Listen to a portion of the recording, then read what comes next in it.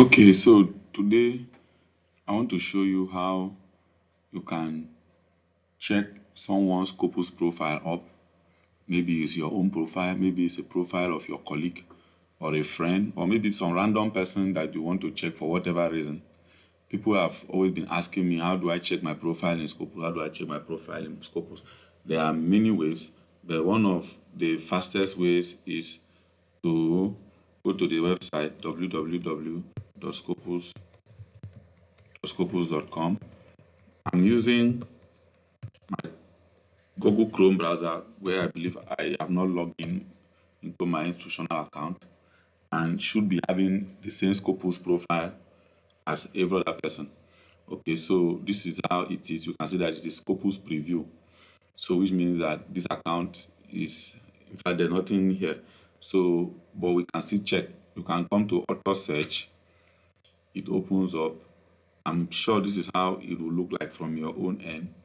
So you can see where you type the author's last name. You can see where you type the author's first name. So usually you might want to search by only surname if you want. Or if you want to be more specific, you can add the first name. So depending on your result, all these other details, affiliation are not too necessary. Okay, the first name and last name are usually enough to search. Please use this search button here, not this one. This one is for you to search for their house seat. So you search with this.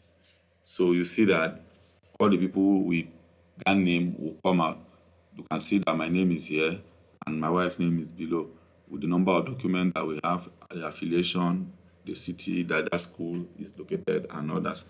So, but this does not give you a full view of my profile. I mean, you want to know, look at the specific works this person has published. If that is your concern, then you have to move your mouse close to the name so you can see that there's a red underline under my name. So you click, that shows that name has been activated. So you click on it as I have done. It opens up the full profile, and then there's a notification telling you that your profile that you are using is a free version. Okay, I'm going to do another video demonstration of how it works on an account with access. So you can see that here no metrics is showing because this is free. Like this account is limited, is restricted. So you can see that you can only view at best only 1, 2, 3, 4, 5, 6 papers published by me. Then you can see this summary metrics. All right, but supposing you just want to search with only surname alone. Now this is what happens.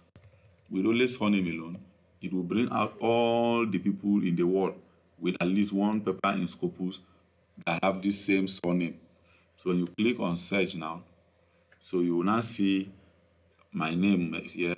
You see that of Professor Theophilus Owen, who is also from my community, University of Utah. Then you see other people here, like this person is from Japan. My wife here. See another person, Japan. There's another Owen Emeka, University of Calabar as well.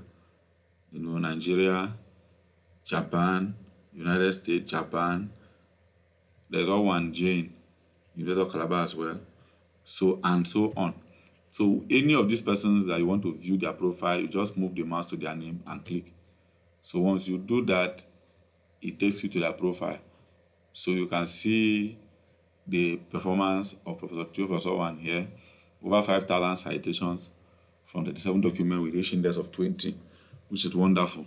So now, this is how you can search for someone's profile, whether you are using a subscribed account or whether you are using a free account. Thank you. I hope you learned something new.